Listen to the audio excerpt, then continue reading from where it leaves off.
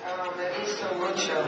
I love Mexico, and I love coming to Mexico City. And I was telling these two gentlemen that not too long ago I was here as a guest of Senor Carlos Slim and his foundation to support education and young people brought me here, where I spoke as a commencement speaker for the best students in Mexico who won the contest so that they can get scholarships through the Slim Foundation and continue on with their education. And so, okay. What? To translate. Oh, you have a translator. Oh, no cierto.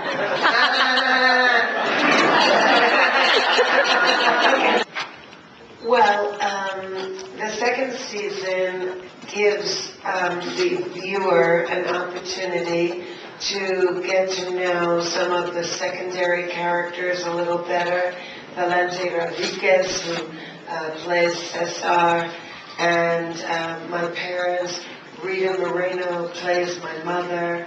And so in the first season, we only did 10 episodes. So now we have an opportunity, now that the viewer knows Fran and knows Peter, to get to know the secondary characters. Yes, we have a lot of the same writers from The Nanny, La Niñera, and now the writing Escribe and Para Happily Divorced. And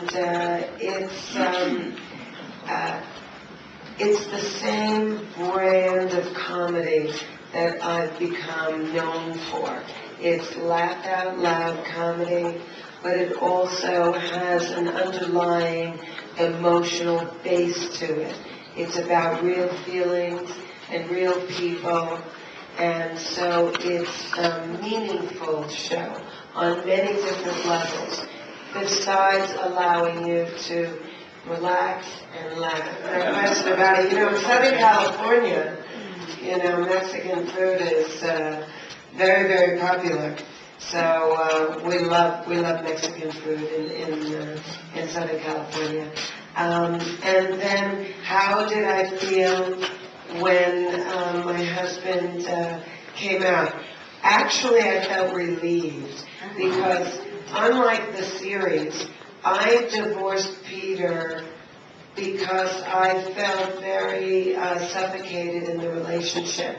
I had been with him since I was 15, and I really didn't know who I was outside of the marriage, and he was very controlling, and I felt like I couldn't find who I am as a woman until I left. And he didn't want me to leave. He was very angry at me for breaking up the marriage, but it was 2 years later that he told me that he was now living as a gay man. And looking back, he believes that a lot of the reasons why he was so controlling was because he was actually suppressing his true orientation. Even though we loved each other and we had an active sex life, and he didn't want the marriage to end, at the end of the day, all's well that ends well, because I think that he's a much happier person now, as am I. Hola, Mimi Carrillo de Ciudad Noticias para Fran. ¿Cómo hacer que, como modelo femenino, hacer que las mujeres reflexionen del divorcio y la sexualidad de su pareja? I'm Mimi Carrillo, and this is my question. You being a role model for women, how can you make women think again about what does it mean to be divorced and their spouse's sexuality? Well, I think, Shakespeare said it best, "Thine own self be true." So I think that marriage is a beautiful thing, if both people continue to grow together happily and in love. But it is not any reason to live in a quiet desperation and not live your life as joyfully as you're entitled to. Question? Was that the same? To deal with. How do you deal with that? Well, I think that it's definitely a shock initially, but life hands you blows. Sometimes, I know in my situation, it's, being a victim of a violent crime. Sometimes it's being told you have cancer. Sometimes it's being told your husband is gay. But I am an ardent believer of turning lemons into lemonade. So that means that when life hands you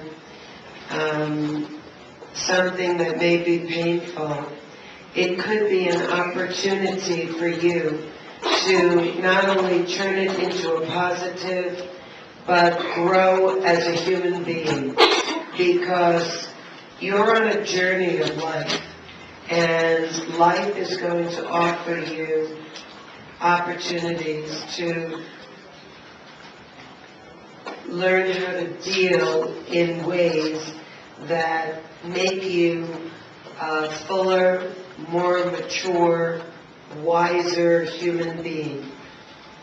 And when something bad happens to you, I think that you may kick and scream and cry initially and say, "Why me, Lord?" But eventually, you have to stop. You have to pick yourself up. You have to dust yourself off. You have to play the hand that's been dealt you, and you have to play it as elegantly and courageously as you possibly can. And at the end, you'll be better for it.